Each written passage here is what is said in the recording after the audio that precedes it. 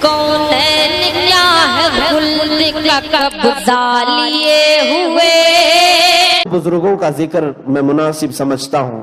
ایک حضرت مخدوم اشرف سمنانی رضی اللہ تعالیٰ عنہ اور دوسرے سیدنا ابراہیم بن ادھم رضی اللہ تعالیٰ عنہ، دونوں سلسلہ چشتیہ کے بزرگ ہیں.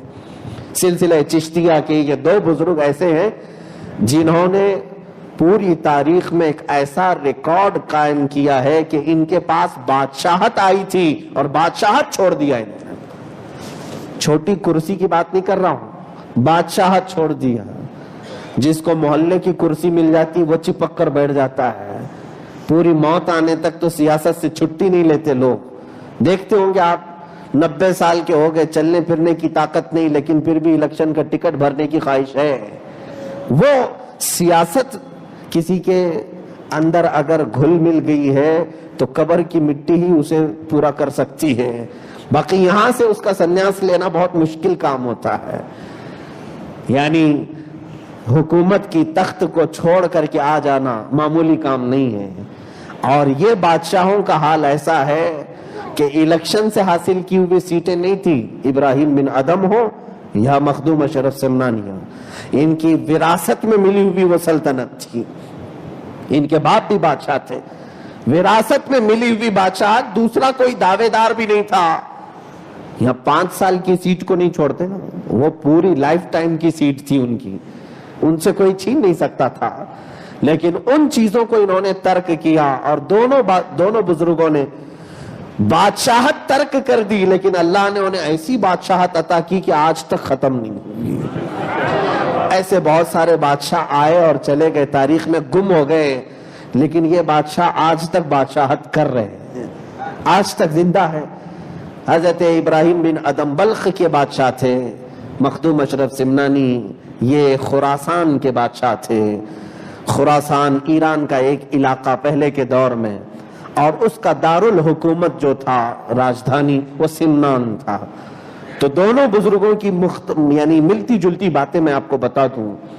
دونوں کو اللہ رب العزت نے کیسی سلطنت عطا کی، اور ٹرننگ پوائنٹ جو ان کا آیا زندگی میں وہ بہت چھوٹی سی چیزیں ہو سکتی ہیں.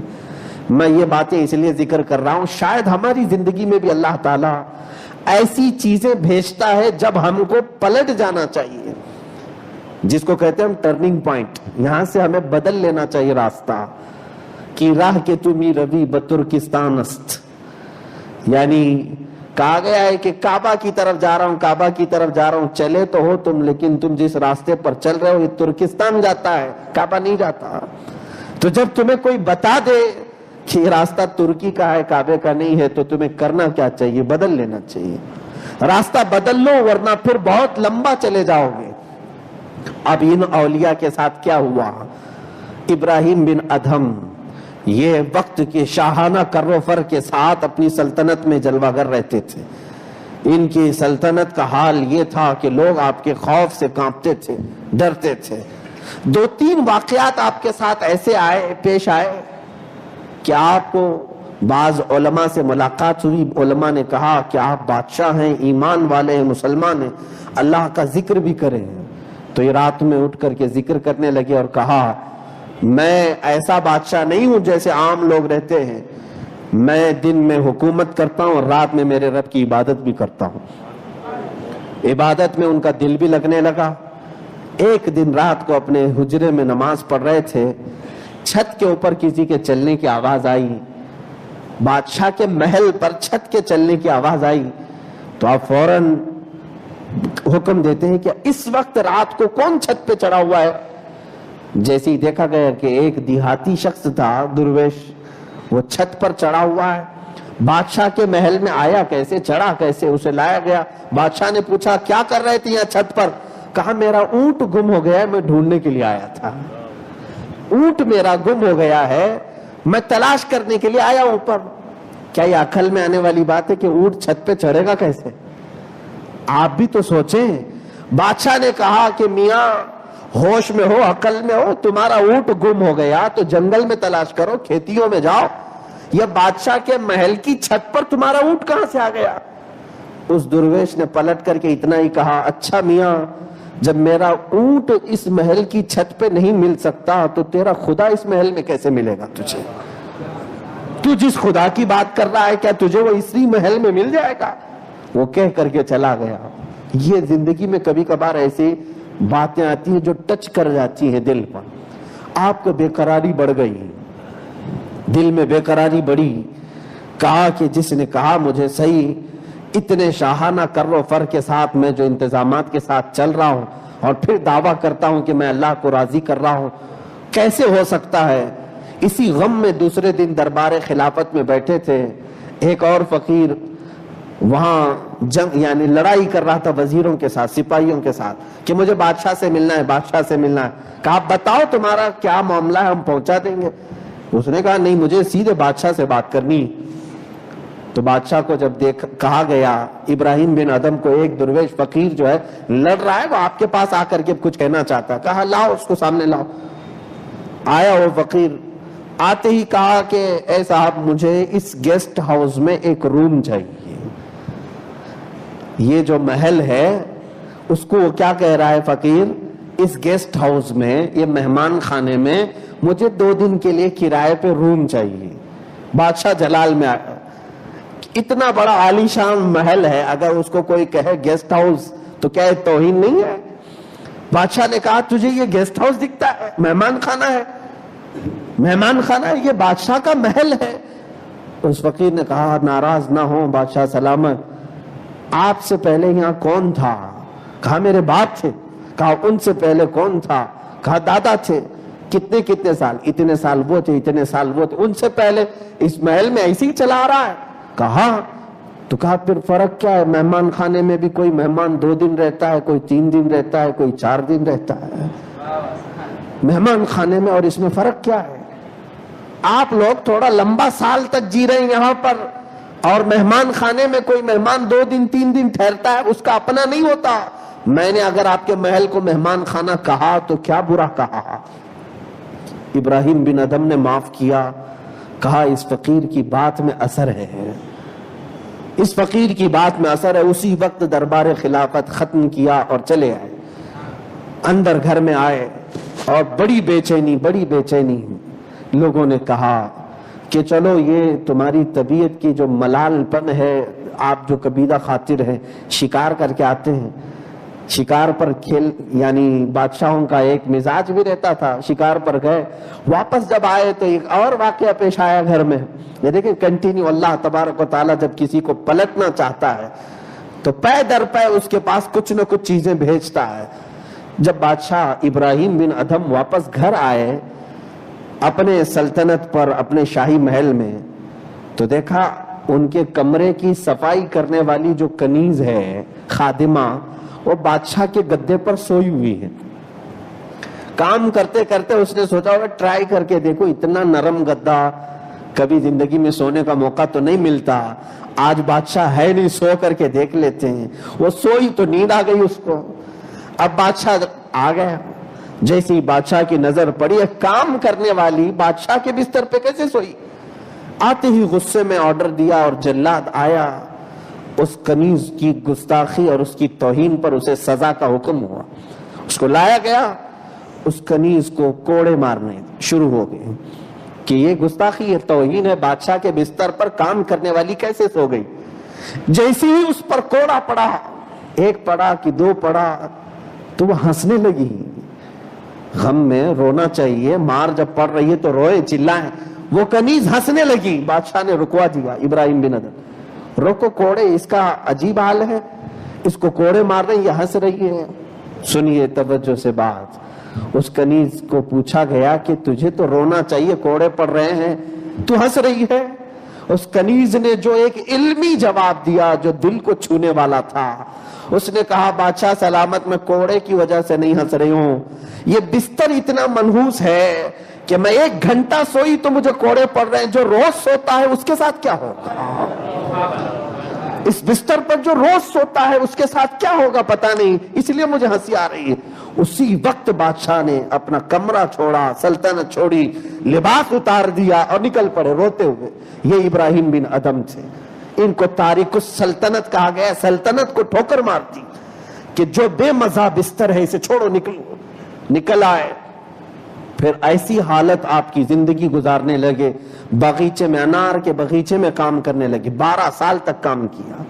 اور اس کے بعد ایک مرتبہ ایسا بھی ہوا کہ سپاہی سارے منانے کے لیے آ گئے. وزیر آپ کو دیکھا ابراہیم بن ادھم کو ڈھونڈ کر کے لائیں، بلخ کی بادشاہت میں خرابی آ گئی ہے، کوئی بادشاہ بننے کے قابل ہی نہیں تھا، کوئی سلطنت کو سنبھال نہیں پا رہا تھا، چلو اسی بادشاہ کو لے آئیں. کہاں چلا گیا ہے؟ ابراہیم بن ادھم کو ڈھونڈتے ہوئے جب وزیر دیکھتے ہیں، وہ ایک دریا کے کنارے اپنی پھٹی ہوئی گدڑی سیتے ہوئے بیٹھے ہوئے ہیں، گدڑی کو سی رہے ہیں سوئی دھاگا لے کر کے. وزیر قریب میں آئے اور کہا یہ کیا حالت بنا رکھی آپ نے، کیسی سلطنت تھی آپ کی، کیا شاہانہ فخر تھا آپ کا، آگے پیچھے ہزاروں وزیر ہوا کرتے تھے، آج تنہا پھٹے کپڑے سیتے ہوئے دریا کے کنارے بیٹھے ہو، چلو آپ سلطنت پر. اسی اثنا میں ابراہیم بن ادھم نے اپنا سر اٹھا کر کے اس وزیر کی طرف دیکھا، آپ کے ہاتھ سے سوئی گر گئی، چھوٹی سی سوئی تھی، سوئی گر گئی. کہا ٹھیک ہے میں آتا ہوں، تم لوگ میرے بڑے فرما بردار ہو، تم لوگ میرے بہت زیادہ اطاعت کرتے ہو، میری خدمت کرتے ہو. کہا بالکل بادشاہ سلامت، ہم حاضر ہیں آپ کے ہر کام کے لیے. کہا تو ٹھیک ہے، میری سوئی گر گئی، ذرا اس کو دریا میں سے نکال کے دے دو. میری سوئی گر گئی ہے، دریا میں سے نکال کر کے دے دو. ہاتھوں کے چلو پانی اٹھا کر کے باہر ڈالیں. دریا ہے میاں، دریا کہاں ختم ہو اور سوئی کہاں نظر آئے. تو تھک گئے. کہا کہ بادشاہ سلامت یہ حکم ہمارے لائق نہیں ہے. اسی اثنا میں ابراہیم بن ادھم نے کہا اے دریا کی مخلوق، کیا تم میں سے کوئی میری سوئی لا سکتے ہیں؟ ابھی آپ کا اتنا کہنا تھا، ہزاروں مچھلیاں اپنے منہ میں سونے اور چاندی کی سوئیاں لے کر آئی، ہزاروں مچھلیاں. آپ نے کہا نہ، مجھے میری والی سوئی چاہیے. یہ سونے اور چاندی کی سوئیاں لے کر کے آئی ہیں بہت ساری مچھلیاں. اسی اثنا میں ایک مچھلی، وہی پرانی سوئی جس کو لے کر آپ سل رہے تھے، وہ باہر آئی. آپ نے اس کے منہ سے اپنی سوئی نکال لی اور وزیروں سے کہا اے وزیر بتا، وہ حکومت اچھی تھی کہ یہ حکومت اچھی ہے؟ میں نے اس کو ترک کیا، اللہ نے ساری مخلوقات پر میری بادشاہت قائم کر دی. اللہ کے لیے جب بندہ کسی چیز کو چھوڑتا ہے تو اللہ اسے تنہا نہیں چھوڑتا، اس کو اختیارات دیتا ہے، اس کو طاقت دیتا ہے. یہ تھے ابراہیم بن ادھم جنہوں نے سلطنت کو ترک کیا تو اللہ نے ان کی زبان میں ساری سلطنت رکھی. اور ایک ہے مخدوم اشرف سمنانی رضی اللہ تعالیٰ. ان کا حال کیا تھا؟ 15 سال کی عمر میں ہی ان کو بادشاہت دے دی گئی تھی. ویسے تو یہ بادشاہ کے بیٹے تھے حضرت ابراہیم، ان کے والد، وہ بھی متقی پرہیزگار بادشاہ تھے. اور اسی سے آپ اندازہ لگائیں، حضرت مخدوم اشرف سمنانی رضی اللہ تعالیٰ عنہ 7 سال کی عمر میں 7 قراتوں کے 7 قرآن کے مکمل حافظ ہو چکے تھے. قرات سبا آج مفقود ہو گئی ہے، ملتی نہیں ہے. قرات سبا پڑھانے والے علماء بھی نہیں آج. صرف قاریوں کا کام نہیں ہے، صرف قاری قرات سبا نہیں پڑھا سکتا. قرات سبا پڑھانے کے لیے پورا عالم ہونا بھی ضروری ہے، اس کی باریکیاں وہی جان سکتا ہے. آج قرات سبا پڑھانے والے نہیں مل رہے ہیں، اکا دکا ہوں گے کہیں. وہ 7 سال کی عمر میں قرات سبا 7 قراتوں کے ساتھ حافظ قرآن بن چکے تھے. اور اس کے بعد جب آپ کی عمر 15 سال کو ہوئی تبھی آپ کے والد کا انتقال ہوا، اور 15 سال کی عمر میں ہی بادشاہت کا تخت سنبھال لیا. میاں یہاں ہمارے 15 سال کے 20 سال کے بچے ابھی ایک گاڑی سنبھال نہیں پاتے ہیں، وہ پوری بادشاہت سنبھال لی ہے. یہاں تف ہے ہمارے نوجوانوں پر، ایک بوڑھے باپ اور ایک بوڑھی ماں کو نہیں سنبھال پاتے. مخدوم اشرف سمنانی نے 15 سال کی عمر میں پوری سلطنت کو سنبھالا تھا. یہ جوانی کس کام کی جو آج پوری رات بھر بیٹھ کر کے گیم کھیلنے والی جوانی، رات بھر بیٹھ کر کے لوگوں کی گپیں اور غیبت کرنے والی جوانی، جس میں بنا مقصد کے زندگی جی رہے ہیں کچھ لوگ، جن کو کہا جا سکتا ہے کہ یہ زمین کا بوجھ ہے اور کچھ بھی نہیں ہے. زمین ان کے جانے کا انتظار کرتی ہے. یہ میں اپنی جانب سے نہیں کر رہا ہوں، بلکہ حدیث پاک میں موجود ہے. کچھ لوگ ایسے ہیں جن کے جلدی جانے کی زمین تمنا کرتی ہے، زمین تمنا کرتی ہے. ایسے نہ جیو میرے عزیزوں، جیو تو کچھ کام کے بن کر کے جیو، جس کے جانے پر بھی زمین کا ٹکڑا غم کرنے لگے. حدیث پاک میں ہے کچھ ایسے بندے ہوں گے جن کے انتقال پر آسمان کا وہ دروازہ روئے گا جس سے اس کا رزق اترتا تھا، زمین کا وہ ٹکڑا روتا ہے جس پر وہ سجدہ کرتا تھا، اور کچھ وہ ہیں جن کے دنیا سے جاتے ہی زمین کے ٹکڑے اور آسمان کے دروازے اللہ کا شکر ادا کرتے، مولا تیرا بڑا کرم ہے کہ اس پاپی اور خطاکار کو تو نے ہم سے دور کر دیا، روزانہ اس کے منہ سے ہمارے دروازے سے کھانا جاتا تھا، رزق اترتا تھا، یہ ہمارے زمین کے اوپر بوجھ تھا۔ ایسے نہ بنو کہ ہر کوئی ہمارے خلاف اللہ کی بارگاہ میں تمنا کرنے لگ جائے۔ مخدوم اشرف سمنانی رضی اللہ تعالیٰ 15 سال کی عمر کی جوانی میں، ظاہر سی بات ہے یہ عمر نہ شادی کی ہوتی ہے نہ بہت سارے، بلکہ ہمارے ہاں تو یہ سمجھتے ہیں کہ ابھی تو جوانی پھوٹی ہے، کھیلنے دو نا اس کو، یہ کھیل کود کی یہ عمر سمجھتے ہیں اس کو۔ اولیاء کاملین کے ہاں 5 سال کی عمر کو بھی کھیلنے کی عمر نہیں سمجھتے تھے، 5 سال کی عمر کو بھی۔ حضرت غوث پاک رضی اللہ تعالیٰ عنہ 11 سال کی عمر میں صرف ایک گائے کے پیچھے چل رہے تھے، اور بڑے فٹ بال والی بال والے کھیل نہیں، گائے چل رہی تھی، اس کی دم پکڑنے کے لیے گئے، گائے پیچھے پلٹ کر کے کہنے لگی یا عبد القادر الہذا خلقت ام بہذا امرت، اے عبد القادر کیا اللہ نے تجھے اسی کام کے لیے پیدا کیا ہے کہ میرے پیچھے چلے، یا تجھے اس کام کا حکم دیا ہے؟ اس کے بعد سے پوری زندگی بھر غوث پاک رضی اللہ تعالیٰ عنہ نے دنیاوی کسی کھیل میں کبھی توجہ بھی نہیں کی۔ اولیاء کی بارگاہ، اولیاء کا جو ایک سلسلہ ہے وہاں تو چھوٹی عمر میں بھی کھیلنے کو وہ لوگ جائز ہی نہیں سمجھتے، یا عمریں 25-30 سال کی گزر گئی، ابھی سوچ رہے ہیں ابھی تو جوانی ہے، کھیلنے کی عمر ہے۔ مخدوم اشرف سمنانی رضی اللہ تعالیٰ عنہ 10 سال تخت پر جلوہ بار رہے، 10 سال۔ 25 سال کی جب آپ کی عمر ہوئی، سلطنت سے جی گھبرانے لگا، جی اچاٹ ہو گیا۔ ہوا آپ کے ساتھ بھی ویسے ہی کہ ایک کوئی درویش آئے، انہوں نے روٹیوں کے کچھ چند ٹکڑے آپ کو دیے، ویسی اشغال کی اجازتیں دی، جیسے جیسے آپ نے روٹیاں کھائیں اور پھر وہ وظائف اوراد پڑھنے لگے، دل میں اتنی گھبراہٹ کہ کب یہ سلطنت چھوڑوں، کب کسی کے حوالے کروں۔ روزانہ آپ سوچتے تھے، مجھے اس بات کا اندازہ ہوتا ہے کہ جب ہمارے اوپر کوئی ایک ڈیوٹی آتی ہے تو اسے چھوڑ کر کے جلدی جانا یہ معمولی بات نہیں ہوتی۔ ہجرت جس کو کہتے ہیں نا، مائگریشن، وہ بہت ڈیفیکلٹ کام ہے، بہت سخت، کہ ساری چیزیں چھوڑ کر کے اچانک فیصلہ لینا یہ صرف اولیاء کا کام ہو سکتا ہے، عام آدمی نہیں کر پائے گا۔ مخدوم اشرف سمنانی ایک چھوٹی جھوپڑی چھوڑ کر نہیں آ رہے تھے، ایک محل تھا، ہزاروں کی سپاہیوں کا ایک لشکر۔ ماں سے کہا کہ میں جانا چاہتا ہوں، میں یہ دنیا ترک کر کے اللہ کی حضور اپنے کچھ اوقات میں گزارنا چاہتا ہوں۔ ماں نے اجازت دے دی، نکل پڑے 25 سال کی عمر میں۔ کیا لے کر کے نکلے تھے اپنے ساتھ؟ کیا لے کر کے کہ سلطنت میں جو اب تک گزارنے والے تھے، تکیہ، گدا، بسترا، سب جس پہ سوتے تھے، نہیں، حتیٰ کہ جو شاہی لباس تھا وہ بھی اتار کر کے دے دیا، جو لباس پہنتے تھے وہ بھی اتار کر کے دیا، ایک تہبند پہنا اور اوپر سے ایک چادر ڈال لیا، اور صرف آپ کے پاس مٹی کا ایک گلاس تھا اور کوئی چیز نہیں تھی۔ پوری سلطنت سے اگر کچھ لیا تھا تو مٹی کا ایک گلاس، اور نکل پڑے، اور سرحدیں پار کرتے ہوئے پیدل سفر، اتنا لمبا سفر کیا۔ جب آپ ہندوستان تشریف لائے، خراسان سے چلتے ہوئے آئے ہند تک، آپ کے پیروں میں آبلے پڑ چکے تھے، کتنی پہاڑیاں کراس کیا تھا، کتنے جنگلات کو طے کیا تھا حق کی تلاش میں۔ آج ہم گھر سے مسجد تک آنے کے لیے کتنی مرتبہ سوچتے ہیں۔ وہ اللہ کے ولی ہیں جنہوں نے سلطنت چھوڑ کر کے جنگلوں کا سفر کیا اور کتنے صحرا پار کیے، اور جب یہاں پہنچے، اللہ اکبر، مخدوم جہانیاں جہاں گشت رحمت اللہ تعالیٰ علیہ کے ہاں، پھر ان کے ہاں سے علاء الحق پنڈوی رحمت اللہ تعالیٰ علیہ کے ہاں، بنگال مالدہ کے بزرگ، انہوں نے آپ کو بیعت کیا، خلافتیں دی، ان کے دربار میں تقریباً 12 سال کی زندگی گزاری۔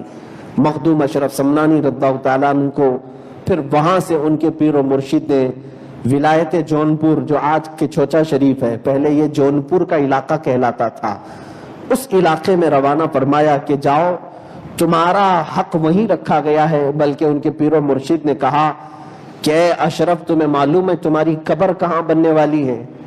تمہاری قبر کی جگہ میں یہیں سے دیکھ رہا ہوں کہ وہ ولایت جونپور میں ہوگی۔ حضرت مخدوم اشرف سمنانی کو وہاں سے روانہ کیا۔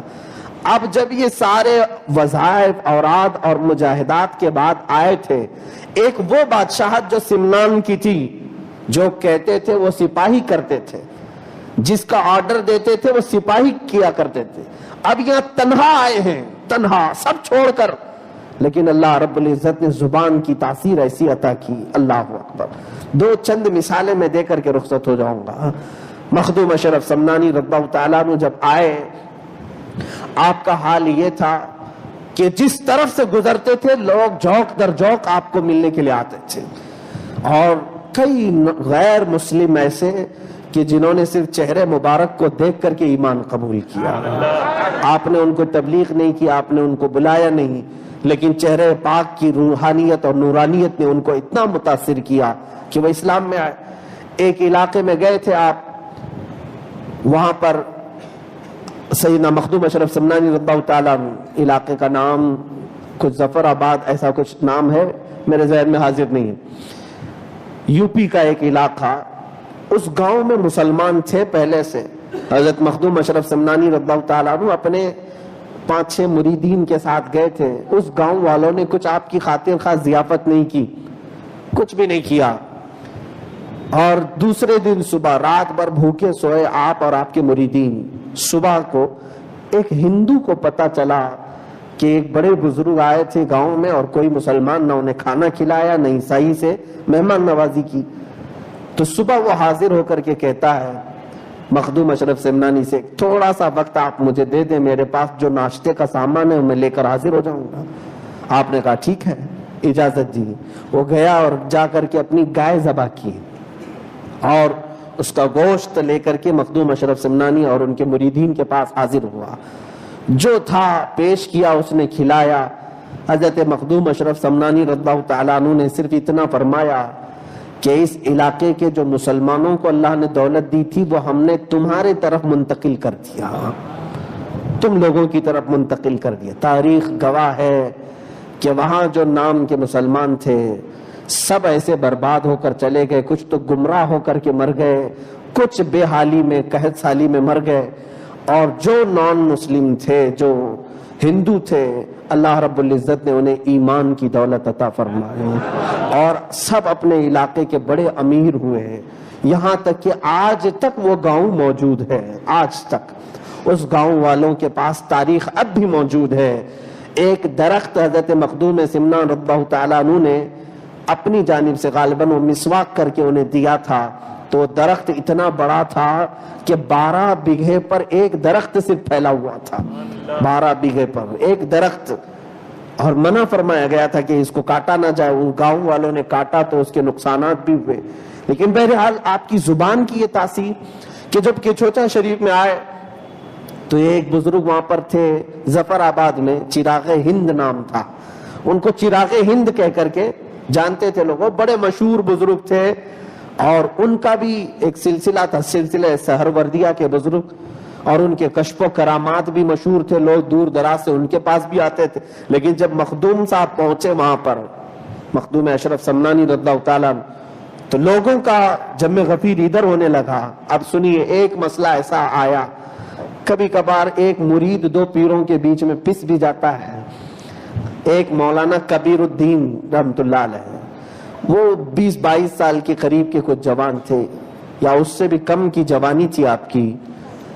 وہ مرید ہونے کے لیے آئے، انہوں نے خواب میں ایک روحانی بزرگ کو دیکھا، ایک کوئی بہت ہی نورانی شکل کے بزرگ تھے۔ تو مولانا کبیر الدین کہتے ہیں صبح اٹھ کر کے میں سوچا کہ شاید یہ چراغ ہند ہی ہو سکتے ہیں، تو گیا ظفر آباد، جا کر کے دیکھا تو چراغ ہند کی جو صورت تھی وہ الگ تھی، اور انہوں نے خواب میں جو دیکھا وہ تصویر الگ تھی۔ یہ مولانا کبیر الدین وہ اپنے وقت کے ایک بڑے استاد تھے، ان کا علم بھی مشہور تھا، پھر بعد میں ایسا ہوا کہ اسی علاقے سے حضرت مخدوم اشرف سمنانی کا گزر ہو رہا تھا، تو یہ مولانا کبیر الدین کہتے ہیں میں دیکھنے کے لیے حاضر آیا تو یہ مخدوم اشرف وہی ہے جو خواب میں نے دیکھا تھا۔ انہوں نے حاضری دی اور بیعت کر لیا۔ مخدوم صاحب نے ان کو بیعت کیا۔ اب سنیے توجہ سے، مخدوم اشرف سمنانی نے مولانا کبیر الدین کو بیعت کر لیا اپنے سلسلے میں۔ اب کبھی کبھار ایسا ہوتا ہے کہ زمانے کے ہم عصر علماء میں آپس میں کچھ معاملات ہوتے ہیں، اولیاء میں بھی کچھ معاملات ہوئے اس طرح سے۔ تو حضرت چراغ ہند رحمت اللہ علیہ ان کو جب خبر ہوئی کہ یہ جو میرے پاس مرید ہونے کے لیے آیا تھا مولانا کبیر الدین، یہ راستہ بدل کر کے مخدوم صاحب کے پاس جا کے مرید ہو گیا ہے، ان کے پاس جا کر کے مرید ہو گیا، تو انہوں نے جذبات میں چراغ ہند نے ایک بات زبان سے نکالی کہ وہ مولانا کبیر الدین کو دیکھنا جوانی میں مر جائے گا، جوانی میں ہی مر جائے گا۔ ان کی زبان سے یہ نکلا اور یہ بات پھیل گئی کہ ایک ولی کامل نے کہا مولانا کبیر الدین کے بارے میں، ناراض ہوئے، میرے پاس مرید ہونے کے لیے آیا اور پھر راستہ بدل کر کے ادھر چلا گیا۔ مخدوم صاحب، مخدوم اشرف سمنانی نے ایک ہی رات میں ان مولانا کبیر الدین کو کتنے بلند مقامات تک پہنچا دیا تھا مرید کو۔ دوسرے دن جب مخدوم اشرف سمنانی کو یہ خبر ہوئی کہ چراغ ہند نے ان کو کچھ بددعا کر دی ہے، تو حضرت مخدوم صاحب نے مولانا کبیر الدین سے کہا کہ مولانا کبیر الدین تمہیں خبر لگی ہے کہ چراغ ہند نے کیا کہا؟ کہا ہاں حضرت، مجھے بڑا قلق ہے، مجھے افسوس ہے کہ ان کی زبان سے ایسا نکل گیا۔ مخدوم صاحب نے کہا کہ وہ اللہ کے ولی ہیں، ان کی زبان سے جو نکل گیا وہ ہو جائے گا، ان کی زبان سے جو نکلا ہے وہ ہو جائے گا، لیکن میں کہتا ہوں کہ تو بوڑھا ہو کے مرے گا، میں کہتا ہوں کہ تو بوڑھا ہو کے مرے گا۔ ٹکر ہو گئی بڑی۔ یہی کہتا ہوں میں، کبھی کبھار ایک مرید پس جاتا ہے، ایسا نہ کریں، اولیاء کی مشائخ کے بیچ میں آپ لوگ ایسا ہرگز نہ کریں۔ ہاں، ایک درگیر محکم بگیر، ایک دروازہ پکڑو اور مضبوطی سے پکڑے رہو۔ کبھی اس شیخ کی غیبت ادھر لے کر کے، کبھی ان کی ادھر، اور مشائخ میں بھی لڑانے کے کام جو آج کرتے ہیں کچھ لوگ، ان سے توبہ کریں، ان کی آخرت خراب ہو جائے گی۔ دونوں جگہ سے اگر کچھ الفاظ نکل گئے تو ان کی آخرت برباد ہو جائے گی۔ بہرحال مخدوم صاحب نے کہا تو بوڑھا ہو کے مرے گا، یہ میری بات ہے۔ انہوں نے کہا وہ جوانی میں مر جائے گا۔ اب سنیے کیا ہوا، اللہ نے دونوں اولیاء کی بات رکھی، دونوں اولیاء کی بات رکھی، ایسے کہ مولانا کبیر الدین صاحب، ان سے مخدوم صاحب نے کہا کہ تم بھی اگر کچھ کہہ سکتے ہو تو کہو، اللہ تمہاری بھی بات قبول کرے گا۔ مولانا کبیر الدین نے کہا وہ چراغ ہند صاحب نے میرے لیے جو کہا ہے وہ ان کے لیے ہو جائے، اتنا ہی کہا، میرے لیے جو کہا ہے وہ ان کے لیے ہو جائے، پلٹ جائے بس، میں اور کچھ بھی نہیں کہوں گا۔ اب سنیے، تینوں لوگوں کی زبان سے کچھ نہ کچھ باتیں نکلی۔ اب یہ مولانا کبیر الدین بیچ میں، یہی ہے سارا معاملہ ان کے اوپر ہے۔ تاریخ میں لطائف اشرفی میں موجود ہے کہ 25 سال کی عمر میں مولانا کبیر الدین کے پورے بال سفید ہو گئے، دانت جھڑ گئے، کمر ٹیڑھی ہو گئی۔ 25 سال کی عمر میں، 25 سال کی عمر میں ایسے نظر آنے لگے کہ جیسے 90 سال کا بوڑھا ہوتا ہے، اور 25 سال کی عمر میں انتقال ہو گیا۔ تو اب لکھا ہے بزرگوں نے، چراغ ہند نے کہا تھا وہ جوانی میں مر جائے گا، 25 سال تو جوانی کی ہوتی ہے، اسی میں انتقال کرے۔ مخدوم صاحب نے کہا تو بوڑھا ہو کے مرے گا، اللہ نے ان کی بھی بات رکھی، 25 سال میں ہی 90 سال کا بڑھاپا دے دیا۔ یہ دونوں ہو گئے، لیکن ساتھ میں ایک معاملہ اور بھی ہوا۔ مولانا کبیر الدین تو 25 سال کی عمر میں انتقال کر گئے، لیکن حضرت چراغ ہند مولانا کبیر الدین سے بھی 5 سال پہلے ہی انتقال کر گئے، جنہوں نے سب سے پہلے جملہ کہا تھا مولانا کبیر الدین کے لیے، ان کا خود کا بھی انتقال ان سے بھی 5 سال پہلے ہو گیا۔ یہ ساری چیزیں میں صرف اس لیے عرض کر رہا ہوں میرے عزیزو کہ اللہ رب العزت نے ان کی زبان میں غضب کی تاثیر رکھی ہے، غضب کی تاثیر، یہ کہہ دیتے ہیں تو ہو جاتا ہے۔ قرآن کہتا ہے لَهُمْ مَا يَشَاءُونَ فِيهَا، وہ جو چاہیں ان کے لیے میں رکھا ہوں. اللہ قرآن میں فرماتا ہے وہ جو چاہیں ان کے لیے رکھا گیا ہے. وہ جس چیز کو جو کہہ دے وہ ہو جائے گا. حضرت ابو علی دقاق رضی اللہ تعالیٰ عنہ ایک بزرگ ہیں, وہ سمندروں کے کنارے رہتے تھے. ان سے ملنے کے لیے حضرت عبداللہ حنبلی نام کے ایک بزرگ ہیں, وہ گئے. دیکھیں ابو علی دقاق کے سمندروں کے پاس رہتے, کیا کھاتے ہیں, کیا مچھلیاں کھاتے ہیں یا سیپ کھاتے ہیں, کیا ملتا ہے ان کو. گئے ابو علی کے پاس, کہا کہ آپ یہاں جھوپڑی ڈال کر رہتے ہیں, یا کوئی انسان نہیں, کچھ بھی نہیں. کہا یہی رہتا ہوں میں. کہا کیا کھاتے پیتے, کہا رہو میرے ساتھ میں بھی کھلا دوں گا. رہے. یہ عبداللہ حنبلی کہتے ہیں میں ان کو دیکھ رہا تھا سمندر کے کنارے ریتی پر بچھا کر نماز پڑھتے ہیں یہیں پر. بھوک مجھے بہت لگی, میں نے کہا دن بھر برداشت نہیں ہوا, کچھ تو کھلائیں. آپ کے ہاں نہ چولہا جلتا ہے, کچھ بھی نہیں. آپ نہ شکار کرتے ہیں, نہ مچھلی پکڑتے ہیں, کچھ بھی نہیں. کہا میں کھلاتا ہوں. ایک کھٹوری تھی آپ کے ہاتھ میں, جلدی سے وہاں سے بالو نکالا, ریت نکالا, کھٹوری میں ڈال دیا. سمندر کی ریت کھٹوری میں ڈالا اور سمندر کا پانی اس میں تھوڑا سا ڈال دیا اور انگلی سے ہلانے لگے. سمندر کا پانی اگر منہ میں لوگے تو منہ بگڑ جائے گا, اتنا نمکین ہوتا ہے, اتنا کھارا پانی. اور ریت تو ریت ہے, مٹی ہے. اور انگلی سے ہلایا اور حضرت عبداللہ حنبلی کو کہتے لو کھا لو, میرے ساتھ رہو گے تو یہی کھانا ہوگا. عبداللہ حنبلی کہتے ادب کی وجہ سے میں نکالا ان کی کھٹوری سے وہی انگلی گھمائی ہوئی ریت اور سمندر کا پانی. میں نے جیسی کھایا وہ اتنا لذیذ حلوہ تھا ویسا میں نے کہیں نہیں دیکھا تھا. اتنا لذیذ حلوہ, ویسا حلوہ میں نے کہیں دیکھا ہی نہیں. میں نے پوچھا یہ کیسے؟ کہا اللہ رب العزت نے اپنے اولیاء کو یہ طاقت دی ہے, وہ جو چاہے وہ ہو جاتا ہے, وہ جسے جو کہہ دے وہ ہو جاتا ہے. یہ اولیاء کی ایک طاقت ہے. مخدوم اشرف سمنانی رضی اللہ تعالیٰ عنہ کا یہی حال ہے. گاؤں والے, قصبے والے ایک مرتبہ آپ کا مذاق اڑانے کے لیے نقلی جنازہ لا کر کے رکھ دیا. نقلی جنازہ یعنی جو مرا نہیں آدمی, زندہ آدمی کو لا کر کے سلایا اور کہا آئیے آپ نماز پڑھا. یہ پلان تھا کہ یہ نماز کے لیے تکبیر بولیں گے تو یہ اٹھ کے بھاگ جائے گا. آپ نے بارہا کہا کہ کسی اور سے پڑھوا لو, کسی اور سے پڑھوا لو. لوگوں نے کہا نہیں آپ سے پڑھوانا ہے. آپ نے تکبیر باندھی, چاروں تکبیریں ہو گئی, وہ جنازے سے کوئی اٹھا ہی نہیں. آپ نے کہا ہو گیا اس کا کام, اس کا کام ختم ہو گیا, لے جاؤ دفن کر دو. لوگوں نے کہا ہم بعد میں اپنی اس حماقت پر شرمندہ ہوئے اور سب اپنا پلان بتایا کہ ہم تو یہ سوچ کر کے آئے تھے جب آپ تکبیر بولیں گے تو یہ جنازے میں سے اٹھ جائے گا, تالیاں بجائیں گے, مذاق اڑائیں گے. مخدوم اشرف سمنانی نے کہا تم اللہ والوں کا مذاق اڑانا چاہتے ہو, ان کی زبان میں اللہ نے وہ دیا ہے, وہ اگر زندے کو کہہ دے مردہ تو اللہ مردہ بنا دیتا ہے, اور کسی مردے پر وہ کہہ دیں کہ یہ زندہ ہے اللہ انہیں زندہ کھڑا کرتا ہے. یہ اولیاء کاملین کی طاقت ہے. مخدوم سمنا کی دربار میں آج ہم صرف اتنی گزارش کریں گے کہ ہمارے دل جو گناہوں سے مردہ ہوئے ہیں ایک بار مخدوم سمنا ہماری طرف نظر فرما لیں, اور ایک بار آپ کہہ دیں کہ یہ دل زندہ ہو جائیں, بس اللہ تعالی ہمارے دلوں کو زندہ فرما دے گا. وآخر دعوانا الحمدللہ رب العالمین. سلام.